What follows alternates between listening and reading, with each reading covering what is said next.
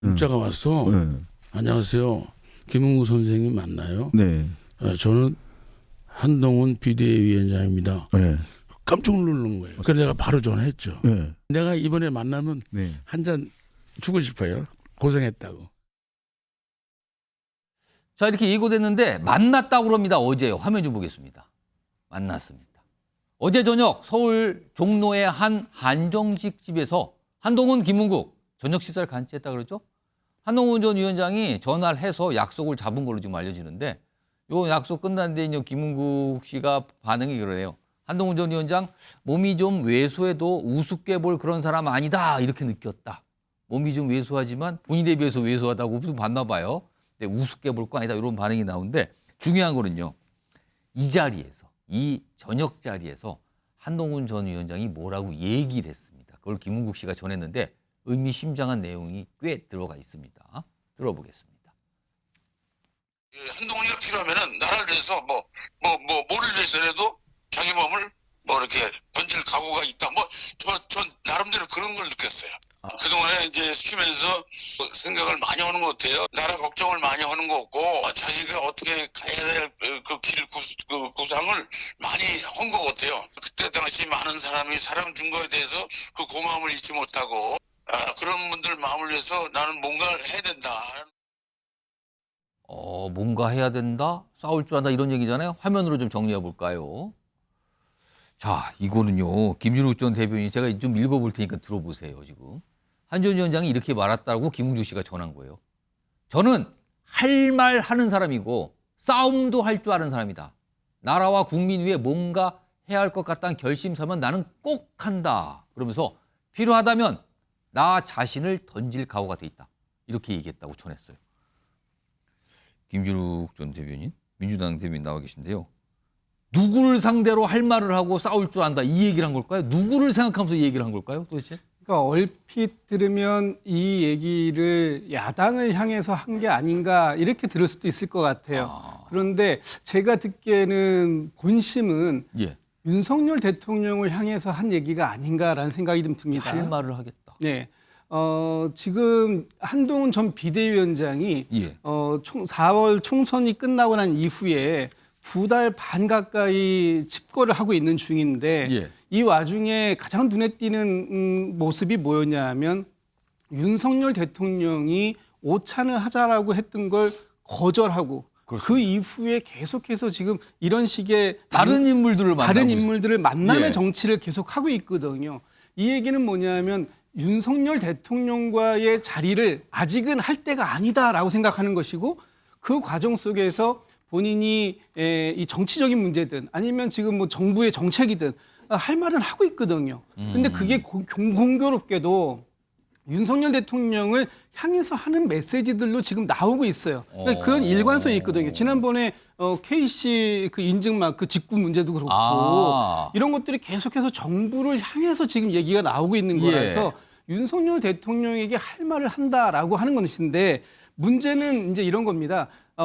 윤한 갈등의 첫 번째 갈등의 시작이라고 우리가 이제 지금 과거를 되짚어 보면 1월 초에 있었던 김건희 여사와 관련된 부분이지 않습니까? 그렇습니다. 거기가 시작이었어요. 예, 그게 시작이란 말이죠. 그때 할 말을 했냐라고 보면 할 말을 한 것처럼 보였는데 결국은 끝을 내지 못했어요. 여기에서 얘기하는 싸움도 할 줄 아는 사람처럼 보이진 않았거든요. 그때는.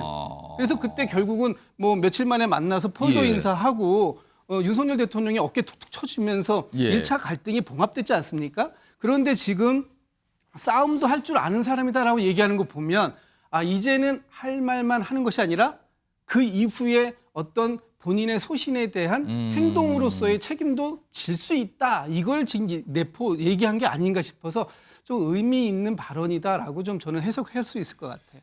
한동훈 전 위원장이 야당한테 할 말하고 싸운 거는 뭐 한참 됐어요. 근데 지금 김웅국 씨를 만나서 이 얘기를 하고 뭐 자신을 던질 각오가 돼 있다. 필요하다면 한다. 이런 것까지 얘기했는데 그리고 또 다른 얘기도 있습니다. 화면 보겠습니다. 이 얘기도 꺼내놨대요.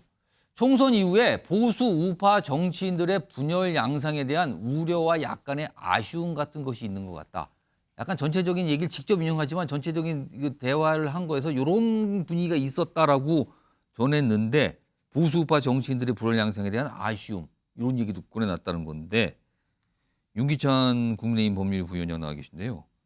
한동훈 전 위원장이 어떤 모습을 보고 저런 얘기를 했을 걸로 보이십니까? 총선 이후라고 했기 때문에 총선 뒤에 총선 책임론과 관련된 말이겠죠. 본인에 대한 책임론도 있었잖아요. 그러니까 총선 책임론을 얘기할 때 정치인들이 내 책임이다라고 하지 않고 누구 책임이다라고 상대방이나 떠넘긴다는 그 측면을 얘기하는 것 같아요.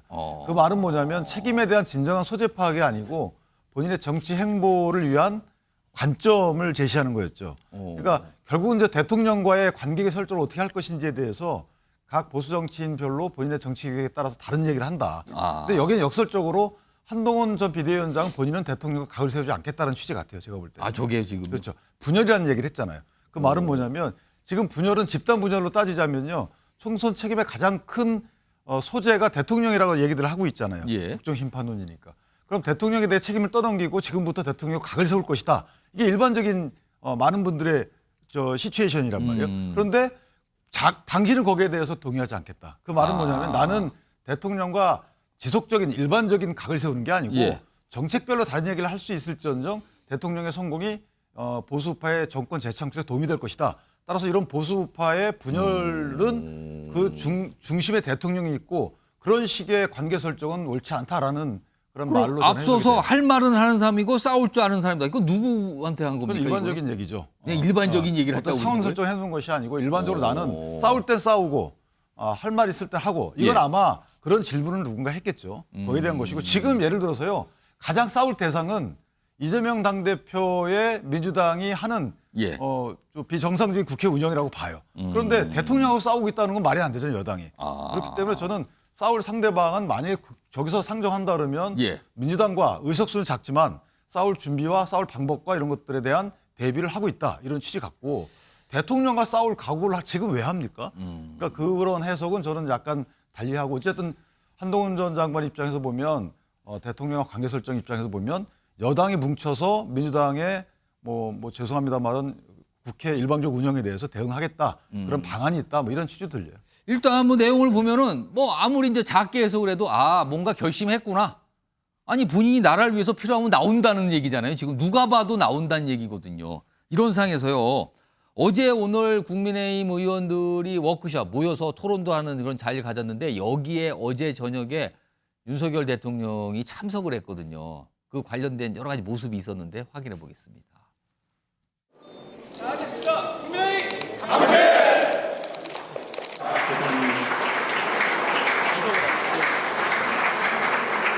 첫날에 그 바쁘신데도 와주셨다는 거는 우리 대통령님이고 우리와 하나가 되시겠다는 아주 큰 행보라고 봅니다. 우리 바로 이 순간이 우리가 의석수는 좀 작지만은 우리가 진짜 집권 여당이구나 하는 거 느끼시죠? 지나간 거 다 잊어버리고 우리가 한 몸이 돼서 나라를 지키고 저도 여러분과 한 몸으로 뼈가 빠지게 뛰겠습니다. 윤석열 대통령의 얘기가 표현이 귀를 잡네요. 화면 좀 보겠습니다. 어제 얘기한 거예요. 지나간 거 다 잊어버리고 우리가 한 몸이 돼서 지키고 개혁하자. 여러분, 저도 여러분과 함께 한 몸으로 뼈가 빠지게 뛰겠다. 굉장히 강한 표현이에요. 김준욱 전 대변인. 지금 보면 뭐 한 몸, 그리고 뭐 단합, 뭉치자 뭐 이런 얘기가 많이 나왔다 그러는데 그 뭉치고 단합하고 한 몸이 되는데 한동훈 전 위원장은 들어가는 거냐 안 들어가냐. 오늘 또 이런 질문이 나오거든요. 글쎄요. 뭐 들어간다고 하시겠죠. 대통령께서는 또 들어가기를 바라고 계시겠죠. 예. 그런데 그렇게 될지까지는 뭐 지켜봐야 될 것 같고요. 어제 저 현장에 가실 수 있습니다. 당연히 뭐 집권 여당의 그렇죠. 집권 여당의 행사니까. 행사니까 가실 수는 있는데 가셔서 한 말씀이 좀 아쉬움이 많이 남는 대목이 있는 거죠. 저 자리에 가셔서 뭐 단합하자, 뭐 한 몸이다, 뼈가 빠지게 일하겠다라고만 하셨지. 예.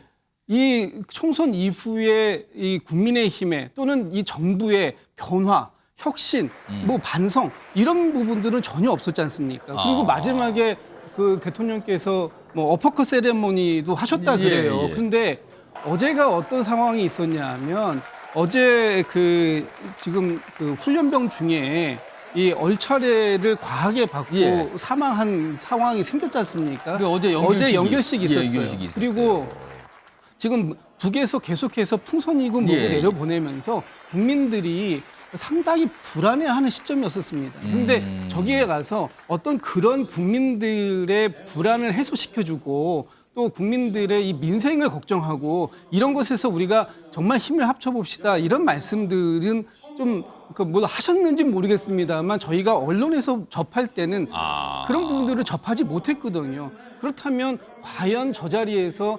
대통령께서 뭐 이 단함을 내치고 물론 이해는 합니다. 지금 대통령께서 기댈 수 있는 곳이 비록 불과 108석밖에 예. 안 되지만 집권 여당밖에 본인을 이렇게 감싸줄 수 있는 울타리를 할 수 있는 여당밖에 없다는 것에 대해서는 동의가 되면서도 저 자리에서 반드시 나왔어야 할 여러 가지 다른 메시지들이 생략된 부분에 대해서는 저는 좀 비판적으로 말씀을 좀 드릴 수밖에 없을 것 같다. 어제 뭉치자 얘기 반성보다 사실은 뭉치자가 너무 많이 나온 거 아니냐는 시각도 좀 있었어요. 근데 이제 저 자리는 사실은 이제 당정회의나 뭐 이런 자리가 아니고요. 예. 정책을 논하거나 국정 운영 방안을 논의하는 자리가 아니고 대통령 손님으로 간 거였고요. 그리고 이제 새로이 국회가 출범하면서 108명의 이제 당선인들이 예. 의원이 된 날이잖아요. 그러니까 앞으로 왜냐하면 이게 지금 국회에서 민주당이 늘 옳은 일만 하는 것도 아니고 늘 잘못된 일만 하는 것도 아니지만 어쨌든 민주당의 잘못된 행위에 대해서는 누군가 견제를 해야 되는데 그 견제할 수 있는 방법이라는 게 대통령의 거부권뿐이 없어요. 근데 대통령의 거부권이라는 것도 국내심 8명이 또 이탈하면 또 안 돼요. 예. 이런 식의 교묘하게 두 개 정당과 대통령실이 권력을 나눠 갖고 있단 말이죠. 여기에 대해서 앞으로 국민을 위한 정책을 막거나 추진하기 위해서는 또 법안을 막거나 추진하기 위해서는 둘이 상당히 협력을 해야 된다. 이런 취지의 으쌰으쌰 하는 자리이기 때문에 물론 상당히 너무 밝은 모습을 보인 거는 뭐 제가 보기에도 좀 그렇지만 어쨌든 저 자리가 그런 자리이기 때문에 그런 식의 해석을 해주면 좋을 것 같습니다. 알겠습니다.